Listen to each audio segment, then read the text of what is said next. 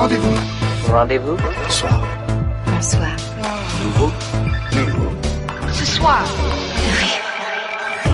Bonsoir, bienvenue à toutes et à tous, c'est l'heure du nouveau rendez-vous, le magazine de la bonne soirée, version liposucée ce soir, car en raison de la grève, il n'y aura pas de NRV la suite. Ce soir, c'est 22h23, avec nos invités à corps ouvert. Isabelle Sarfati est chirurgienne esthétique, elle signe Histoire plastique chez Stock, un livre bien découpé, alternance de consultation de patientes et patients, ça va du joueur de poker qui veut 4 couilles pour lui porter chance, à cette jeune fille qui ne veut plus ressembler à sa jumelle, et en contrepoint, l'autofiction d'une chirurgienne qui essaye tout, ne se refuse rien, sous les yeux blasés ou terrifiés de sa fille et le regard parfois interloqué de son mari. Ça pourrait bien faire une série, ça. Isabelle Sarfati, bonsoir. Bonsoir. À vos côtés, HPG, 3 lettres qui fonctionnent comme un label très bien monté du porno. HPG, acteur, producteur, réalisateur, qui signe Marion, un film étrange. L'histoire de Gus, la cinquantaine, se fait jeter par sa femme. Il cherche à comprendre avant que le film ne lui fasse défaut et qu'HPG reprenne ses droits. Du cinéma d'initiation pour initier. HPG, bonsoir. Bonsoir. Et puis on retrouvera la deuxième partie de l'entretien que j'avais enregistré hier après-midi avec Anna Chigula, qui est au centre de la rétrospective Fassbinder, en salle, en coffret DVD et à la Cinémathèque française. Pas d'instant V ce soir en raison du mouvement de grève, pas de musique live donc, mais la mixtape du jeudi reste au programme. L'annonce du meilleur des albums à venir, Valie. Oui, et ce soir c'est une mixtape spéciale Discard Day. Discard Day a lieu samedi dans le monde entier, donc en France. Et il y a plein de disques collecteurs à vendre et j'ai fait un petit choix. Vous n'aurez que 7 minutes. Vous inquiétez pas. Le NRV en direct, 22h, 23h exceptionnellement ce soir. Eh bien ça peut commencer. France Inter. Le nouveau rendez-vous. Laurent Goumard. Accords ouverts ce soir donc avec vous deux, Isabelle Sarfati, chirurgienne esthétique, HPG, réalisateur, acteur, producteur. Vous vous connaissiez avant d'entrer sur ce plateau? Non, on a fait connaissance. Très bien. Même pas de réputation? Isabelle Sarfati? J'ai googlisé HPG, je me suis renseigné un peu sur lui avant de venir. Très bien. Vous ne faites pas les muscles péniens dans votre clinique?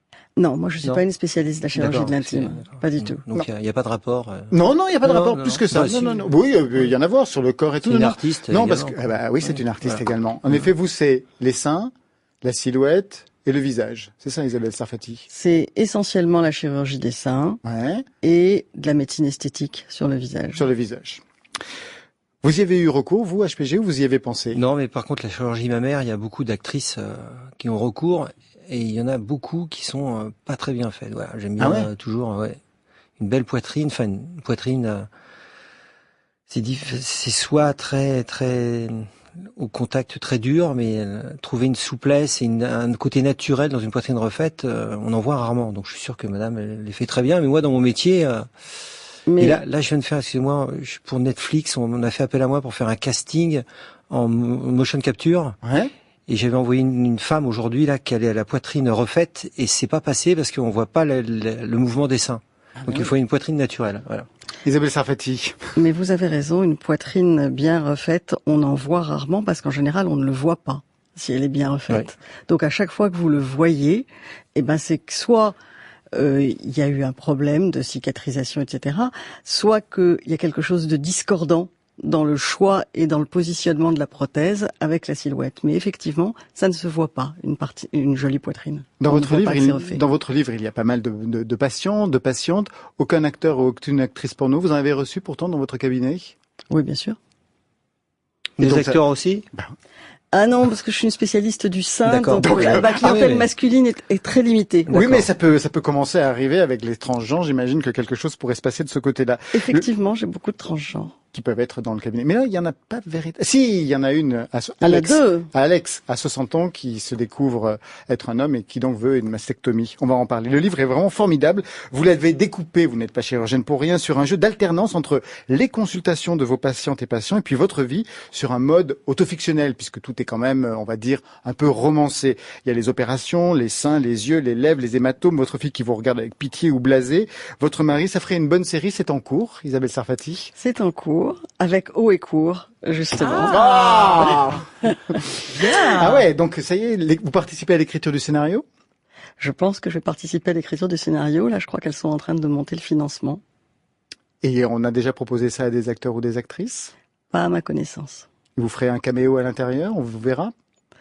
Je suis sûr que oui. J'espère, à vrai dire, j'espère opérer à l'intérieur, parce que moi j'aimerais bien dans cette série qu'il y ait des actrices qui soient castées pour des rôles et où l'intervention soit réellement faite pendant la série et qu'elle soit filmée. Quelles sont aujourd'hui les techniques les plus innovantes dans le métier de la chirurgie esthétique? La technique de ces dernières années, c'est la technique du lipofilling. Le lipofilling, ça consiste à retirer de la graisse là où il y en a trop et à aller la mettre là où il en manque. En pratique, dans ma spécialité, c'est fait pour augmenter les seins, mais c'est aussi fait pour réparer, regalber un sein, améliorer une reconstruction mammaire, voire faire une reconstruction intégralement à la graisse. Donc la graisse, pour nous, ça a été l'innovation de ces dernières années. Et c'est quelque chose que demandent justement certains acteurs aussi. Je vous dois la vérité, en fait, oui, j'avais un problème de déformation de la cloison nasale et on m'a pris un bout d'oreille qu'on m'a mis dans le nez. Donc je suis... Oui. Donc vous avez été un client de la chirurgie et j'avais 14 ans quand on a fait ça. Ouais. Ah ouais. Ouais, c'était pour un problème vraiment. Ça se faisait déjà à cette époque-là? Oui, mais c'était pas esthétique là. C'était exagéré. Respiratoire. Oui, c'est vrai, il est exceptionnellement jeune. Alors, il y a beaucoup de cas dans ce livre, on va y revenir, mais il y a une question qui revient, et qui revient d'ailleurs à un moment très frontalement. Que faire quand un sociopathe a besoin d'une intervention? Isabelle Sarfati, c'est la question que vous vous posez. C'est-à-dire? Eh ben, que faire quand un sociopathe a besoin d'une intervention? C'est la question, vous la formulez comme ça, c'est à la fin j'allais dire presque d'une nouvelle. Qu'est-ce qu'on fait quand un sociopathe a besoin d'une intervention? Alors, qu'est-ce que vous appelez là un sociopathe? Un psychotique. Ah, d'accord. C'est difficile. C'est difficile parce qu'il faut, à chaque fois qu'on fait une intervention, ce qu'on traite, c'est pas le physique. Ce qu'on traite, c'est qu'il faut que la personne se sente mieux après. Et donc, il faut quand notre intime conviction, on pense que lorsqu'on va prendre un bistouri et qu'on va entailler le corps de la personne pour l'améliorer, il va en être content après. Si c'est pour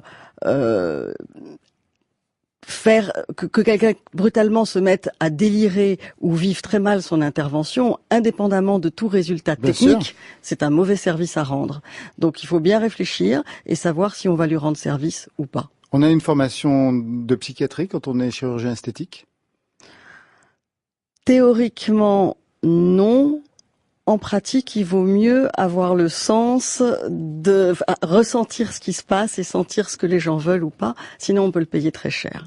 Tout à l'heure, HPG, vous posiez une question sur la réparation ou la transformation du sexe masculin. Vous avez des acteurs que vous connaissez, porno, qui ont envisagé ou qui ont envisagé justement une opération? Il y en a qui ferait bien de le faire parce que parce que quoi? Non, parce que on est tellement fiers de notre sexe qu'on croit qu'il est toujours grand. Alors des fois, bon, je vais être un peu grivois. Il y en a un qui se fait appeler marteau piqueur en fanfaronnant, il se déshabille, c'était lamentable. Donc, je vais pas dire la vérité, mais en tout cas, dans le milieu du porno, on est sûr qu'on a des attributs surdimensionnés. En fait, c'est comme tout le monde. Hein. Et puis, au deuxième rang, on voit plus rien. Donc, bon, je leur dis pas, mais en tout cas, il n'y a pas d'élongation du pénis dans le domaine. Mais par contre, moi, je vois pas mal de filles. Alors, je sais pas qui elles ont été voir, qui sont faites faire des poitrines surdimensionnées, qu'on refait un tour des lèvres qui ne leur va pas du tout. Et c'est pas. Donc, il y a beaucoup de poitrines quand même qui sont pas en harmonie.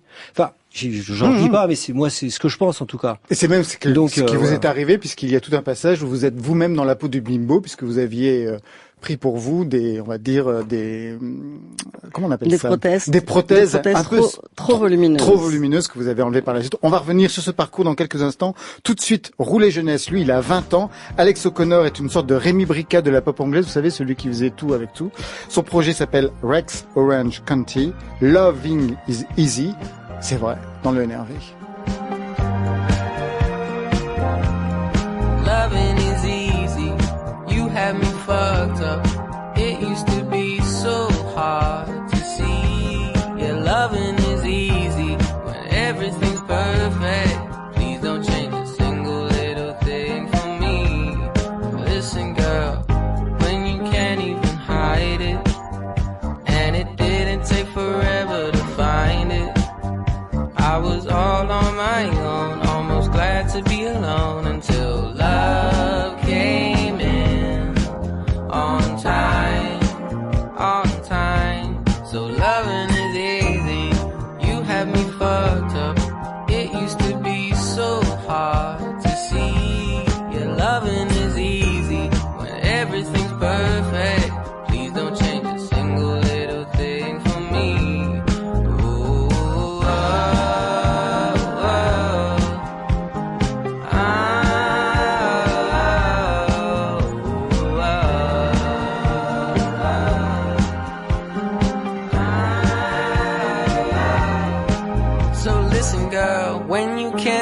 hide it. And it didn't take forever to find it. I was all on my own, almost glad to be alone until love came in on time. Oh, on time. Loving is easy. You had me fucked up. It used to be so hard to see. Yeah, loving is easy when everything's perfect. Please don't change a single little thing for me. Ooh, oh,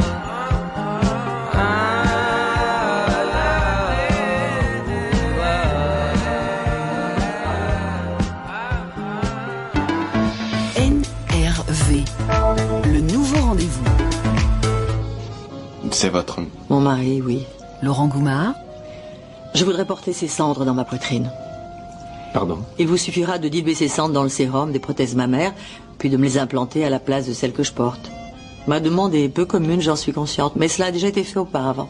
Sur France Inter. Cela a été fait auparavant sur France Inter. C'est Catherine Deneuve dans un épisode de Nicked Up, la série américaine qui racontait le quotidien de deux chirurgiens esthétiques à Miami. Vous regardiez? Absolument. Vous avez vu cet épisode? Oui, je crois. J'ai été très impressionnée par Nip Tuck parce que c'est la première série qui montre de la chirurgie de façon assez réaliste à l'écran et j'ai trouvé que c'était incroyable. De façon assez violente, en effet. Ouais. C'est très violent. Et c'était réaliste, véritablement? Oui. Dans les gestes? Pas mal. Pas mal. Pas mal. Autre chose, vous avez eu des demandes aussi fortes symboliquement que de se faire injecter les cendres de son mari dans ses prothèses mammaires, Isabelle Sarfati? Symboliquement, hein, je te dis. Elle cherche. Non, pas qui m'ait marqué. Effectivement, je trouve ça assez beau comme idée. J'y avais pas pensé. Ce serait absolument irréalisable. Ah bon? Parce qu'on a des normes techniques. C'est absolument impossible. On n'a aucune liberté. On peut pas. Quelqu'un ne peut pas dire en disant mettez au milieu de mes prothèses mammaires, je sais pas, la première dent de ma fille ou les cendres de mon mari ou un truc comme ça. Tout ce qui rentre dans le corps doit avoir des approbations, des certifications européennes, françaises de santé. Enfin bon, on peut pas du tout improviser. Et aux États-Unis et en Europe, ce sont les mêmes conditions ou aux États-Unis on peut se permettre d'autres choses qu'on ne peut pas faire en Europe et vice versa? Alors, ce ne sont pas exactement les mêmes procédures, mais ça revient à peu près au même. Alors, Isabelle Sarfati, vous signez chez Stock un livre assez intriguant. C'est une combinaison à la fois des épisodes de votre vie romancée, des opérations, on va y revenir, et puis des comptes rendus de consultations, d'opérations. On y croise donc ce fameux joueur de poker qui veut des grosses couilles. Il n'y a pas d'autre mot. Résultat, il en aura 4.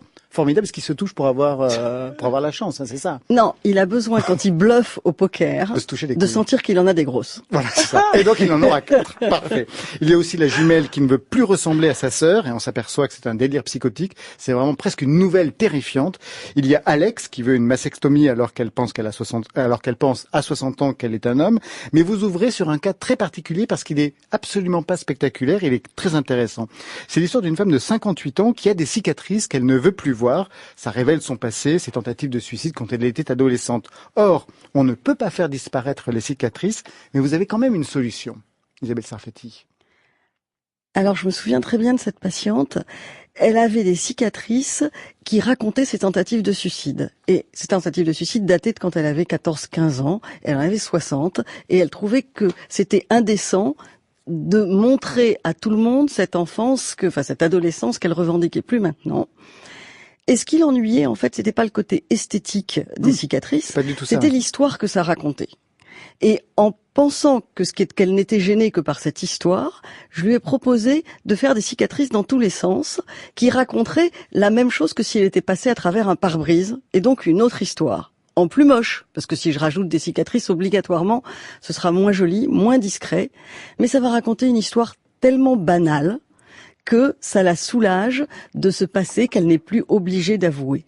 Et donc la chirurgie esthétique, c'est pas simplement de faire disparaître les choses, mais plutôt même ni de réparer ou de réparer sur un point de vue symbolique. Là, c'est un travail de psy aussi. Oui, mais alors là, c'est vraiment excellent d'avoir commencé par cette question-là. Il est souvent aussi question de la famille dans les consultations, notamment la mère qui trouve sa fille moche et qui vous dit qu'est-ce qu'on peut faire avec ça.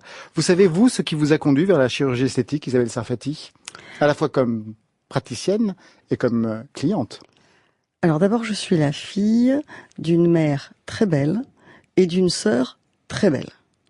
Et moi, je me demandais, mais qu'est-ce que je vais faire, dotée comme je suis, avec ces deux-là? Vous n'êtes pas mal non plus, ça va. Mais d'accord, mais c'est très impressionnant pour une petite fille d'avoir une très jolie petite sœur et une très jolie maman.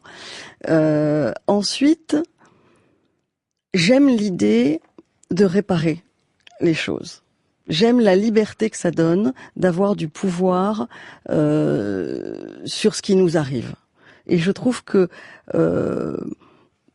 d'abord, je trouve qu'être médecin est un métier merveilleux. C'est-à-dire, c'est un métier où on est utile et où on aide les gens, et que la médecine de réparation est quelque chose qui était à ma portée. C'est-à-dire qui était pas une médecine qui était dure, comme être au contact en permanence avec la maladie, la mort, la dégradation. Et c'était quelque chose où l'enjeu, c'était de faire mieux, d'améliorer les gens, de les aider à passer à autre chose, à se sentir mieux dans leur peau. Alors même qu'au départ, vous vouliez être réalisatrice, j'ai pu lire. Oui.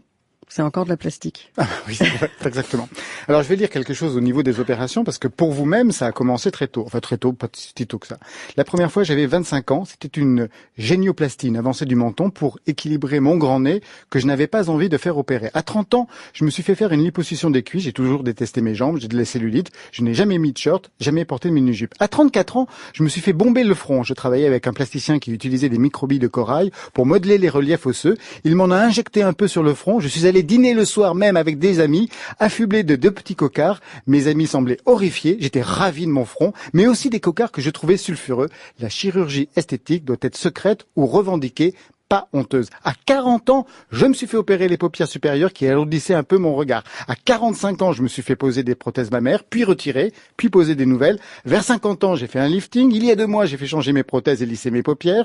Je n'ai pas l'intention d'en rester là. Évidemment, ma terreur est de ressembler un jour à ce qu'on appelle une victime de la chirurgie esthétique. Alors, qu'est-ce que c'est qu'une victime de la chirurgie esthétique? On les voit tous les jours. Une victime de la chirurgie esthétique, c'est quelqu'un qui ressemble à de la chirurgie esthétique. Normalement, on est censé se ressembler à soi, ou voilà. Quelqu'un, quand on la voit, on ne pense pas qu'elle ressemble à ce qu'elle est, ni qu'elle ressemble à sa mère, à son père, etc. Mais elle ressemble à, en général, l'œuvre composée de plusieurs chirurgiens. J'aurais tendance à dire mal inspiré. En fait, c'est pas tellement mal inspiré, ça va toujours dans le même sens. C'est-à-dire qu'une victime de la chirurgie esthétique ressemble en général à une parodie de femme. C'est-à-dire des lèvres trop grosses, un nez trop petite, des pommettes trop hautes. Voilà, c'est ça une victime de la chirurgie esthétique. Alors le livre revient aussi sur un personnage qui est une sorte de héros récurrent en fait dans ce livre. C'est un maître, c'est Paul Tessier, auprès de qui vous vous êtes formé. Vous en serez, vous dites, l'esclave consentante et heureuse. Vous nous rappelez qui il est et surtout ce qu'il a mis au point, parce qu'il a mis au point quand même une technique formidable, Isabelle Sarfati. Paul Tessier, c'est un chirurgien. Quand je l'ai rencontré, il avait environ 70 ans et moi j'en avais 24. Et c'est un homme qui s'est intéressé aux grosses malformations crânio-faciales, c'est-à-dire les visages qui ressemblent quasiment à un Picasso. Un œil plus haut que l'autre, les yeux trop écartés, 2 nez, des fentes dans tous les sens. Et qui s'est dit que la seule manière de remettre ces visages dans le bon sens, c'était de se débarrasser de la contrainte du cerveau. Et qu'il fallait récliner le cerveau pour pouvoir... Récliner, c'est-à-dire qu'il fallait enlever... On ouvrait le cuir chevelu, il enlevait une calotte crânienne, il décollait le cerveau du massif facial, et ensuite il cassait autour des orbites ou du nez pour les replacer au bon endroit sans abîmer le cerveau.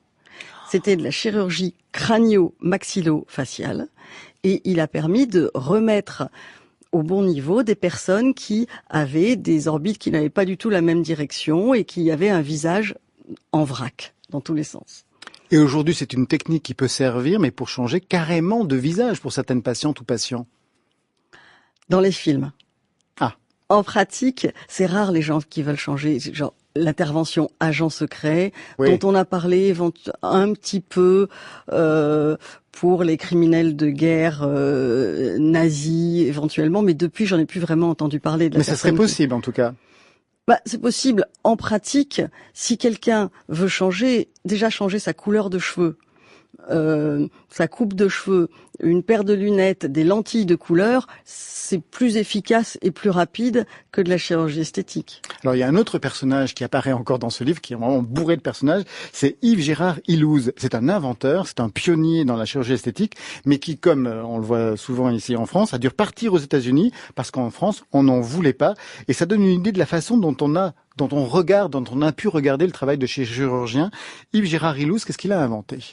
Yves Gérard Ilouz a inventé l'intervention la plus pratiquée au monde, c'est-à-dire la lipoaspiration. Et pourquoi on n'en voulait pas en France? Parce que c'était un personnage fantasque, c'était un innoveur fou, et qu'il avait une nouvelle idée tous les 6 mois. Et quand il est arrivé avec une canule qui ressemblait aux canules d'avortement qu'on utilisait pour les avortements, en disant, voilà, on va pouvoir aspirer la graisse par des petits trous. Avec ce truc énorme. Les Français ont dit, c'est encore un nouveau délire, on va pas écouter ça. Par contre, aux États-Unis, où Yves Gérard Ilouz n'est pas différent pour eux d'un autre Français avec une innovation, ils ont tout de suite compris que cette intervention permettrait effectivement de sculpter la graisse sans faire de cicatrices quasiment. Et c'était le début de la liposuction. Qu'est-ce que ça vous inspire, HPG? Moi, je trouve ça passionnant parce que puis moi j'aime bien me dévaloriser. Alors, je disais entre un ardeur et une chirurgienne, il n'y a pas photo, quoi. C'est quand même plus utile. Et puis je disais on est peu de choses parce que vous parlez d'opérations incroyables, c'est vraiment une création. Voilà, donc c'est vraiment de l'art et ça c'est de la création. Et moi, ce qui me plaît, c'est les métiers utiles. Et là, c'est un métier fort utile. Alors moi, ardeur, oui, je fais marrer les gens, mais vous me passionnez en tout cas, madame. Parce que je suis auto-centré, nombrili, je me suis dit, tiens, le temps défile, on va pas parler du film, mais c'est tellement passionnant que je m'en fous. Mais le film, on va en parler tout à l'heure. Je dis pas ça pour qu'on parle de moi, mais ça me dérangerait pas que vous m'oubliez parce que voilà un sujet passionnant. Voilà, ça me plaît. Parmi tous les patients, parce que donc il y a toutes les consultations qui sont données dans le livre, mais si vous avez choisi les plus spectaculaires ou les plus symboliques, quelle est celle qui vous aura, vous, véritablement marqué? Peut-être pas la première, mais laquelle ce serait? Vous parlez des interventions sur mes patientes? Ouais. C'est celle par laquelle je termine. C'est-à-dire, c'est une femme qui vient faire de la médecine esthétique avec moi et que je suivais aussi pour une reconstruction mammaire après un cancer. Et pendant qu'elle se faisait injecter le visage pour l'avoir l'air plus jeune, elle m'a dit « J'aimerais bien être une vieille dame un jour ». Et je comprenais très bien ce qu'elle voulait dire. Elle avait eu un cancer et elle aimerait bien vieillir jusqu'à 90 ans, 100 ans. Et je trouvais que dire « j'aimerais bien être une vieille dame un jour » pendant qu'on se fait injecter pour rajeunir, ça résume assez bien ce qu'on veut faire. Et pour autant, vous dites très bien que la chirurgie esthétique ne permet pas de rajeunir. Non, en aucun cas. Alors elle permet quoi? Elle permet d'adoucir les effets du temps. Elle permet d'avoir des courbes harmonieuses. On va pas mentir sur l'âge. En pratique, je me trompe rarement dans l'âge que je donne à quelqu'un. D'abord, j'ai du mal à donner des âges aux gens. C'est pas ma première préoccupation. Première préoccupation quand je vois quelqu'un, c'est est-ce qu'il est plaisant? Est-ce qu'elle est séduisante? Est-ce qu'elle est bien dans sa peau? Ça, c'est pas son âge. Mais ça mentira, on va pas mentir sur l'âge. On va avoir l'air d'avoir plus d'éclat, d'être plus séduisant, d'être plus avenant, de mieux se sentir dans sa peau. Ce qu'on sent surtout quand on voit quelqu'un, c'est à quel point la personne se sent bien. Et ça change les choses, la chirurgie esthétique. Monsieur Laurent Goumard, vous lui donnez quel âge? Elle risque de me fâcher. Je lui donne un âge séduisant. Ah, c'est parfait. Elle est formidable. C'est parler aux hommes. Merci pour la question, en tout cas, HPG. Histoire plastique, donc vous pouvez le lire, c'est chez Stock. En attendant de voir Isabelle Sarfati opérer dans la série, il va y avoir encore 1 ou 2 ans d'écriture, j'imagine. C'est ça? Facile, oui. Facile, très bien. Facile. Et tout de suite, la voix sépulcrale de la blonde Nico avant de retrouver HPG sur le jazz latin de Serge Gainsbourg en 1963. La bande originale du film Striptease de Jacques Poitrenaud. Déshabillé là sur France Inter.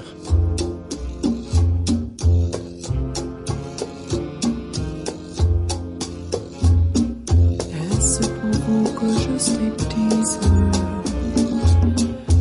Que voulez-vous que je vous dise? Jour après jour sans pont, une à une mes illusions. À chaque nuit un autre automne. ces feuilleraient bien mon automne. Et tout ceci pour qui, pourquoi? Est-ce pour lui, est-ce pour toi? Si c'est pour toi que je striptease, il faut pourtant que je te dise que tu sois dit entre nous, un peu voyeur, un peu voyou. Mais ça me semble que chimère, de ma bouche à ma jarretière, car personne, pas même toi, ne portera la main sur moi. Ici s'achève le striptease qui te grise et m'idéalise. Voici la chair de la poupée, ses vêtements éparpillés. Pourtant, si je suis toute nue, je garde mon âme à genoux, et je reste en tout point pareil, là dans le plus simple appareil. Rendez-vous? Je te plais vraiment ou tu te fous de ma gueule? Parce que si c'est pour appeler ton mec et me donner mes vêtements mouillés et me barrer... Laurent Goumard. Le nouveau rendez-vous. Pourquoi je t'excite? Pour plein de raisons. Hein. C'est que t'as une grande gueule, parce que tu me traites comme une merde, qu'on dirait que t'en as rien à foutre de moi, et que j'ai l'impression de te traiter comme je traite les femmes. Sur France Inter. Et du coup, je dois me masturber? Bah si tu veux, ouais. Bah oui, c'est une bonne idée. HPG, c'est vous qu'on entend dans ce qui est le début de votre nouveau film Marion qui sortira en salle mercredi prochain. Un film très étrange, on va y revenir, un film coupé en deux, un film interdit aux moins de 16 ans, c'est ce que j'ai pu lire, rythmé de scènes sexuelles filmées au-dessus du ventre. Il y a une version X? Oui, un film au-dessus du ventre, parce que là, la version interdit aux moins de 16 ans est recadrée. Il y a une version... j'imagine qu'il y a la version... X, c'est-à-dire qu'il y a une version normale, sexuellement explicite, parce que l'intérêt du film, c'est la dualité qu'il y a entre ce que les gens disent et ce qu'ils font. C'est-à-dire qu'ils n'arrêtent pas de coucher ensemble. Mais... Et ça parle de tout à fait autre chose. Voilà. Tout le temps. Et pourquoi ils n'arrêtent pas de coucher ensemble? C'est parce que dans le film, il ne devait pas y avoir autant de sexe, mais quand j'ai vu avec quel dédain les actrices du traditionnel parlaient des actrices porno, voilà, où tout le monde me disait oui, je veux bien bosser avec toi, mais faut pas qu'on me voie nu. Enfin, je comprends la pudeur, mais parce que vous aviez proposé des rôles à très des mal actrices, des hommes et des femmes qui étaient prêtes à se livrer, pas corps et âme, si corps et âme, mais avec dédain. Et donc j'ai dit très bien, tout le monde sera nu et on fera l'amour tout le temps, où il y aura des scènes sexuellement explicites. Donc ce qui a fait que j'ai mis 2 ans à le faire. J'ai même fait appel à Myriam Amari, qui est une directrice de casting sur Plus belle la vie. Alors j'ai eu 3000 candidatures, toutes des actrices qui n'ont pas voulu le faire pour ne pas briser une carrière naissante et que je n'ai pas revue depuis d'ailleurs. Et j'ai quand même fini par embaucher, pour finir le film, des actrices venant du X, puisque personne ne voulait le faire. Mais plus on me dit non, plus ça m'intéressait et plus je rajoutais des scènes sexuellement explicites qui n'avaient rien à voir avec la chose dite, mais ça inclut dans le texte, le langage des corps et des âmes, quelque chose d'une dissonance qui me plaisait, quoi. Voilà. La pornographie, vous êtes cliente, Isabelle Sarfati? Pas particulièrement. C'est-à-dire, j'ai vu plusieurs films porno, mais ça me parle pas beaucoup. Vous n'avez pas vu ce film avec moi, peut-être. Ça doit parce que vous changeriez d'avis. Je peux vous le garantir. Ça doit être ça, je vais y remédier. Le film s'ouvre sur Gus, c'est vous qui le jouez. Ouais. Il est à la piscine avec une jeune femme de 25 ans. Lui, il en a à peu près le double. Et il y a comme un problème de rapport sexuel, justement, entre les deux. Gus ne bande pas, ce qui est quand même, pour vous, tragique, HPG. Et puis la fille ne le sent pas vraiment, ce qui est très étrange aussi quand on connaît votre anatomie, si on a regardé vos films. Bref, le film s'ouvre sur un fiasco et ça ne va pas s'arranger. Gus se fait jeter par sa femme et là commence l'errance de ce personnage conçu d'abord à poil dans les rues de la ville et puis le film va dérailler. L'histoire aussi va dérailler, mais y a-t-il seulement une histoire? Bande-annonce. C'est la première femme que j'ai aimée, elle s'appelait Nathalie. Et je lui ai donné rendez-vous à Gare Saint-Lazare 20 ans après. Et quand je l'ai vue descendre, qu'est-ce qu'elle a vu? Elle a vu mon dos de lâche partir en courant, quoi. Tiens, on va faire un schéma, parce que moi je fonctionne beaucoup avec des schémas, et ça va m'aider à comprendre un peu... Ouais, bien, je te remercie. Tu tu veux plus de ton remords, tu vas éjaculer là. Oh putain, tu me goûtes. Gus, je te surveille pas, je te fais un clin d'œil. Alors comme ça, c'est vraiment fini entre toi et moi?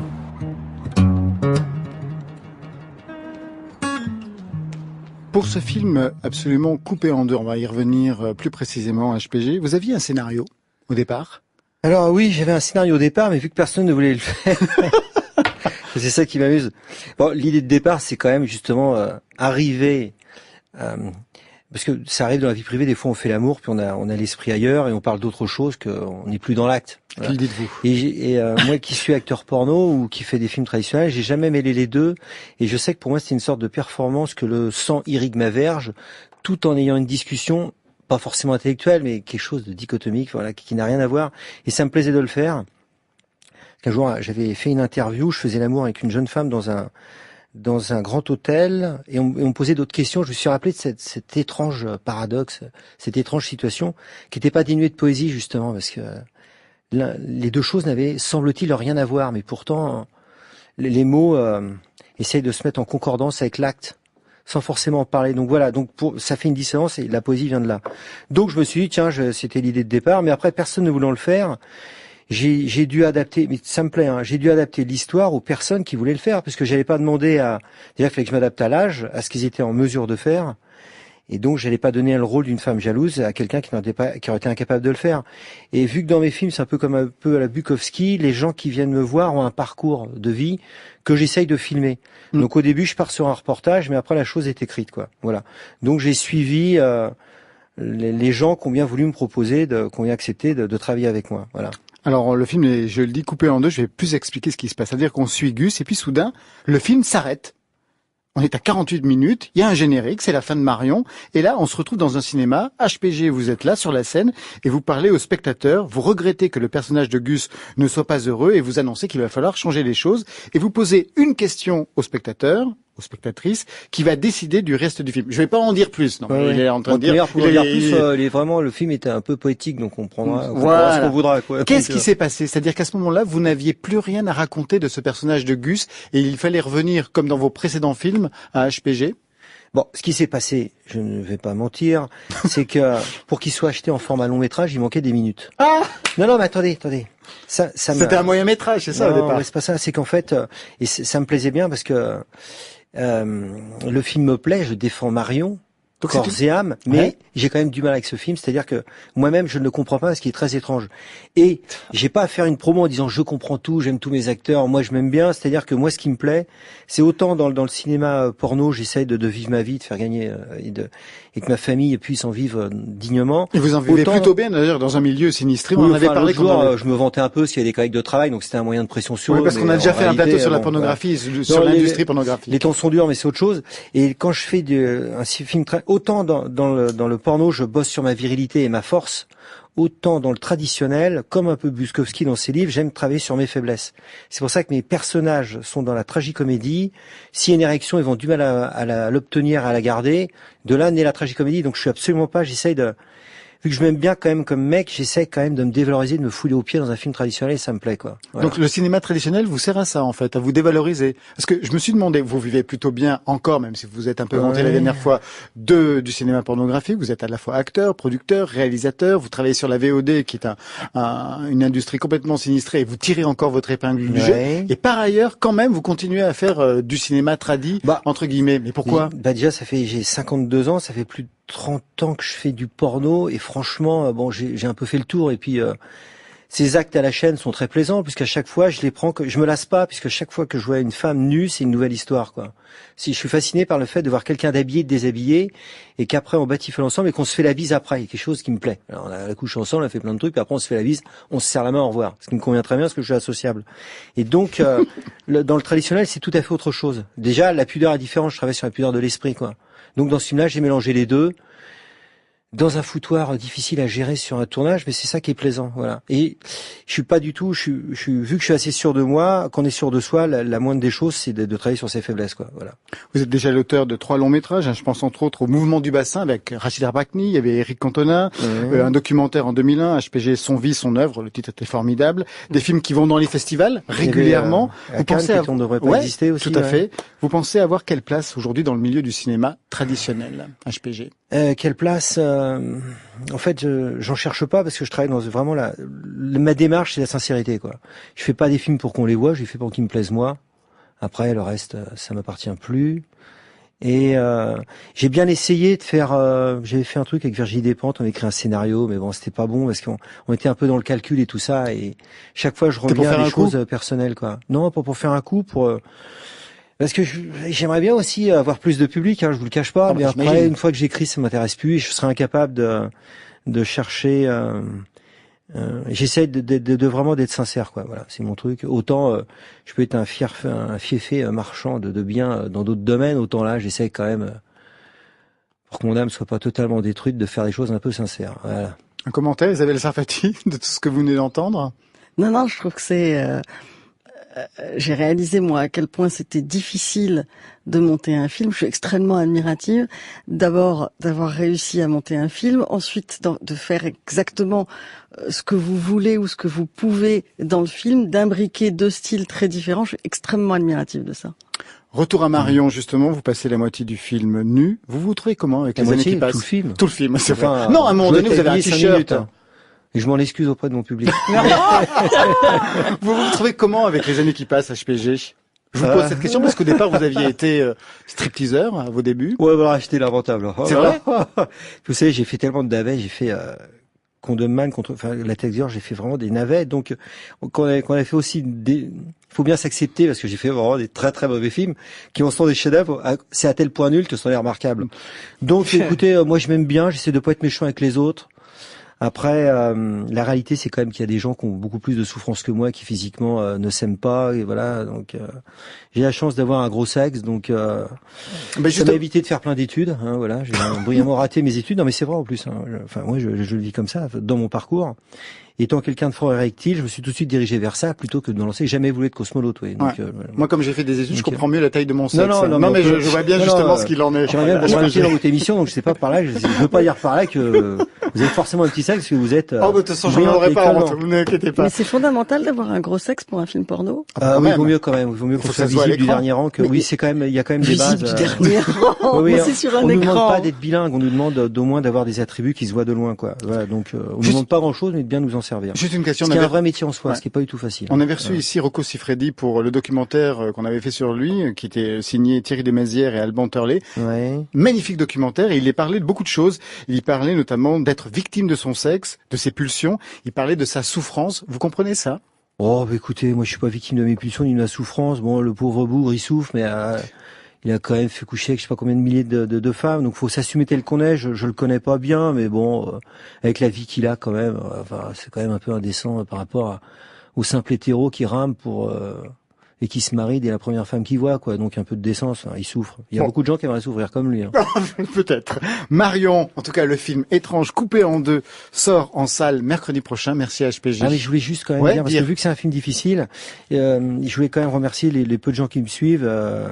Il sort à l'Archipel. Alors j'en parle parce que la seule publicité qu'on a dans ce film-là, c'est votre micro que vous me tendez, donc c'est important. Et puis j'ai des gens comme Anastasia qui me suivent.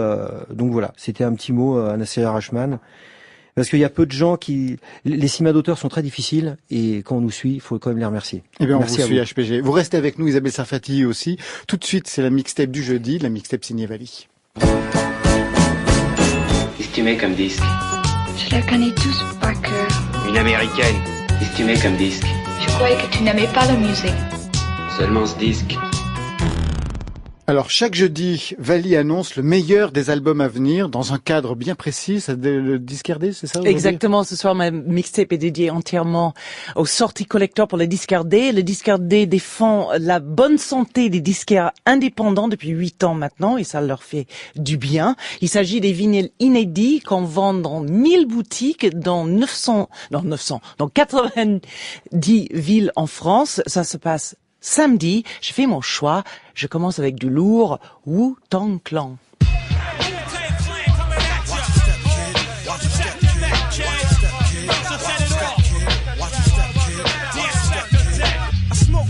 Like smoking Joe Frazier, the Hellraiser, raising hell with the flavor, terrorize the jam like troops in Pakistan, swinging through your town like your neighborhood Spider-Man. So tick tock and keep ticking, while I get you flipping off the shit I'm kicking. The Lone Ranger, co-ed, danger, deep in the dark with the art to rip the charts apart. The vandal, too hot to handle your battle. You're saying goodbye like Tevin Campbell. Roughneck, Inspector Dex on the set. The rebel, I make more noise than heavy metal. The way I make the crowd go wild, sit back, relax, won't smile. Ray got it going on, pal. Call me the rap assassinator. Rhymes rugged and built like Schwarzenegger. Pour marquer le 25e anniversaire de leur premier album, 36 Chambers, les rappeurs américains des Wu-Tang Clan le proposent samedi pour Disquaire-D en cassette. C'est d'un chic et il sort chez Plus personne Loud n'a de Records. mini-cassette. Attends, c'est furieusement tendance, mon cher Laurent Goumard. Après le clan, Bruce Lee, ou quand les arts martiaux et la blaxploitation se rencontrent.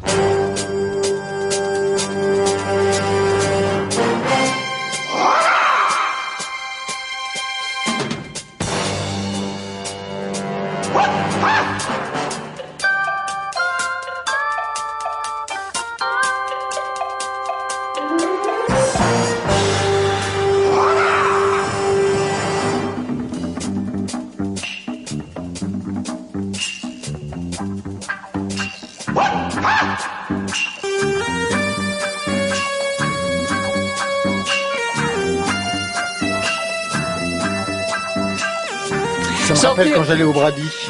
Exactement. Alors, sorti en 1973, Enter the Dragon est la dernière fois qu'on verra Bruce Lee à l'écran avant qu'il meure à l'âge de 32 ans. La BO est signée par Lalo Schifrin, le compositeur du générique de Mission Impossible. Pour les 45 ans du film et pour Disquaire-D, la bande son sort en picture disc. On voit bien notre cher Bruce Lee. Alors, dans les titres qu'on va entendre de David Bowie, l'oncle Arthur en question fait son coming out. On est en 1967. Écoutez bien. Uncle Arthur likes his mummy. Uncle Arthur still reads comics. Uncle Arthur follows Batman. Round and round the rumours fly how he ran away from Mum. On his 32nd birthday, told her that he'd found a chum.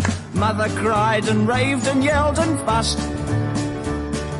Arthur left her no illusion, brought the girl round, saved confusion. Sally was the real thing, not just lust. Uncle Arthur vanished quickly. Uncle Arthur and his new bride. Uncle Arthur follows Sally. Alors, à 32 ans, Oncle Arthur présente son chum à sa mum. C'est un peu une confusion de genre, je comprends pas tout à fait, mais voilà. Quel accent, quel disque. C'est la première édition en vinyle rouge et bleu du premier album de David Bowie. Ce double LP comprend une version mono et une version stéréo de l'album. C'est disponible chez les meilleurs disquaires de France et de Navarre. Vous écoutez, vous des CD, des cassettes, des 78 tours ou des 33 tours, Isabelle Sarfati? Des CD, non? Même pas. Même pas. Ah, vous écoutez pas de musique? Si, j'écoute de la musique, mais j'écoute directement. Directement sur les iPhones. Et vous? Sur les sites de musique, on peut télécharger. Ouais. D'accord, ok, oui, donc le Disquaire-D, ça ne vous concerne ni l'un ni l'autre. Non. Alors, John Lennon disait que tout ce que faisaient les Beatles, les Rolling Stones le faisaient 6 mois plus tard. On vérifie ça tout de suite.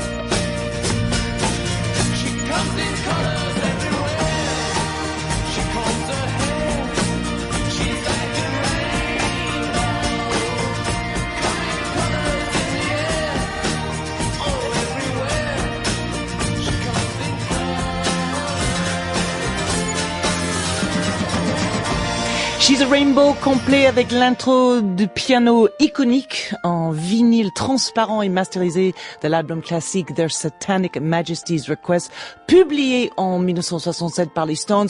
Quand même, après Sgt. Pepper, c'était une histoire de psychédélisme.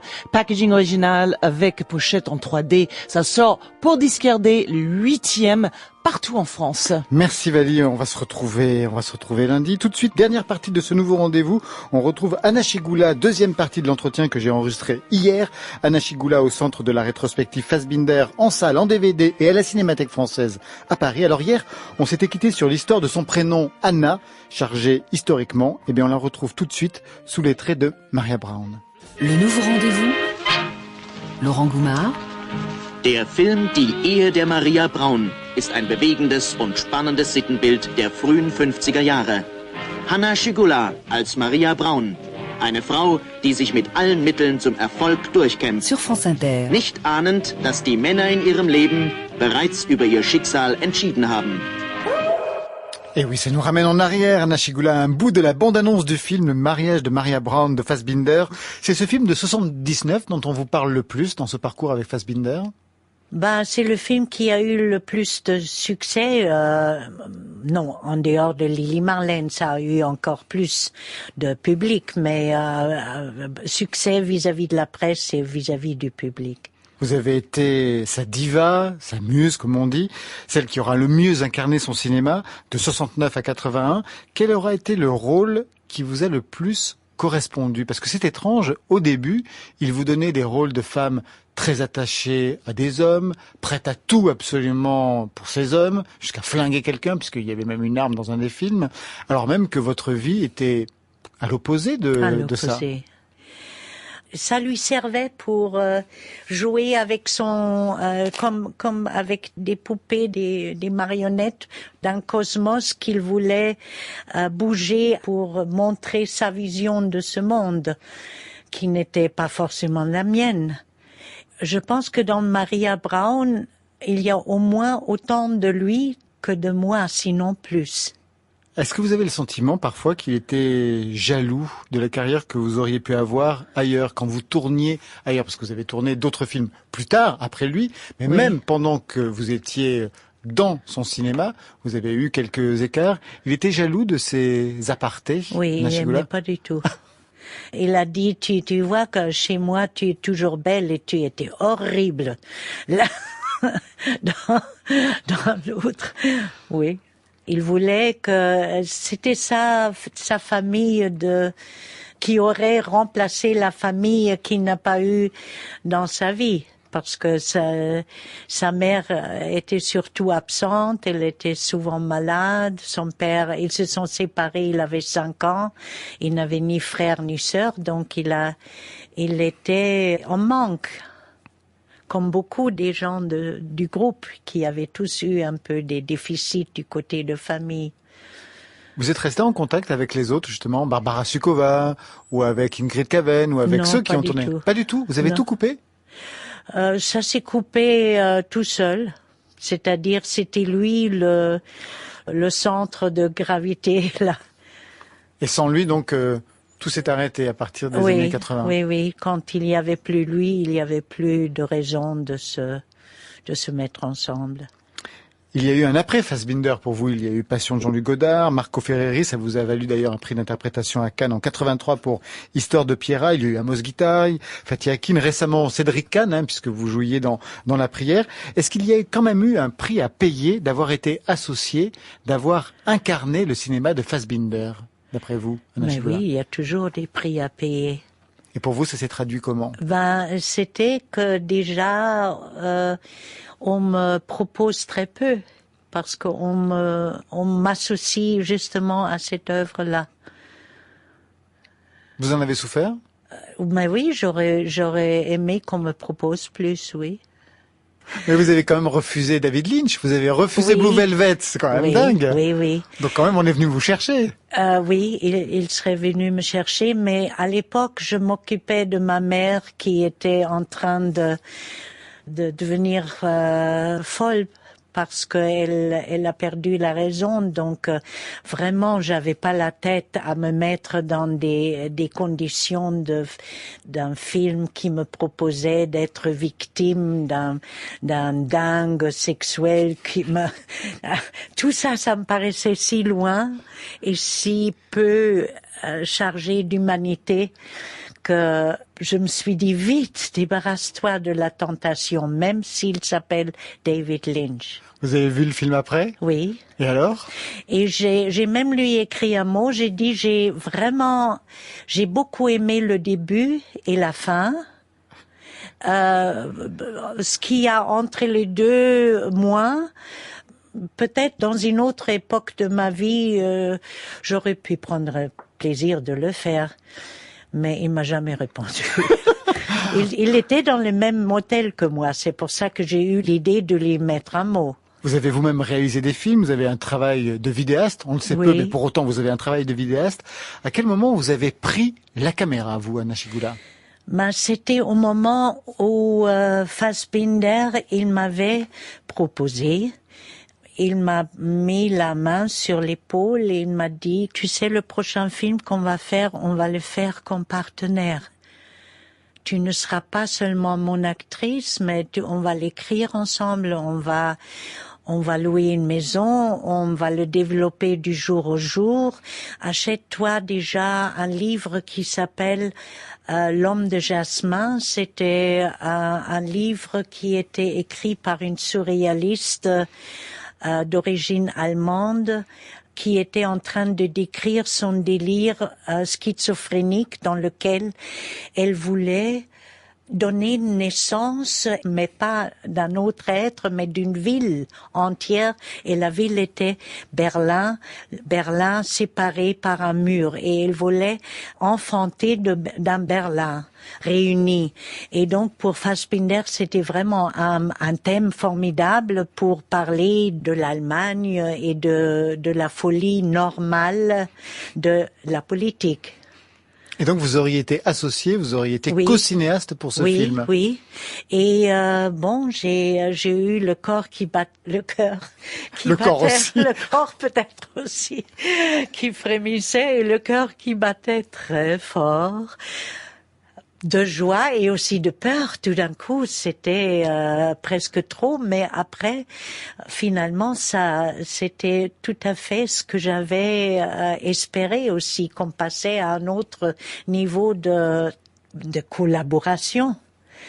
J'aime pas ce mot. Non, ce mot est toujours très difficile à prononcer. Non, c'est difficile à prononcer. Non, comment on dit de travail en commun, de participation. Participation, c'est beaucoup mieux. Juste une dernière question. Quand vous vous regardez aujourd'hui à l'écran, vous regardez qui, vous voyez qui, Hanna Schygulla? Dans ses films à lui. J'essaye de ne pas trop me regarder parce que on a toujours un peu de gêne de se voir soi-même. Mais je me vois évidemment avec beaucoup plus de recul maintenant. Je me vois comme ce que j'étais et que je suis peut-être encore en certains... Il y a encore beaucoup de jeunesse en moi. Je peux pas le nier, malgré l'âge que j'ai. C'est peut-être dû à cette façon de nous programmer nous-mêmes dans notre jeunesse à ne jamais vouloir devenir complètement adulte, puisqu'on voulait pas être des adultes avec tous ces idées fixes, avec tous les chemins qui marchent sur des sentiers battus. C'était Hanna Schygulla hors des sentiers battus, mais au centre de la rétrospective Fassbinder à la Cinémathèque française à Paris jusqu'au 16 mai. En salle, on pourra voir 8 films, 8 heures plutôt ne font pas un jour. C'est la série télévisée à partir du 25 avril, mais c'est déjà disponible en coffret DVD Blu-ray chez Carlotta. Et puis je rappelle aussi la sortie en salle des films de Fassbinder en 2 temps, aujourd'hui et le 2 mai. 14 films en tout répartis en 2 coffrets, toujours chez Carlotta.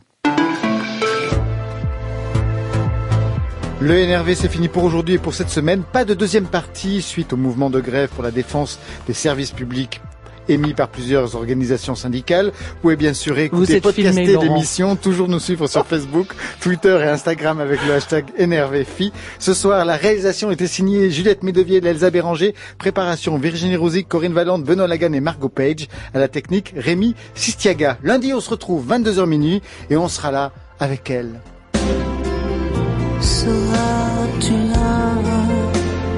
Oui, elle sera là. Françoise Hardy a rendez-vous avec tous les garçons et les filles. Et dans le NRV La Suite, on parlera de mai 68. La révolution était mondiale. Tout est dit. Il ne me reste plus qu'à vous souhaiter le bonsoir et le bon week-end. À lundi.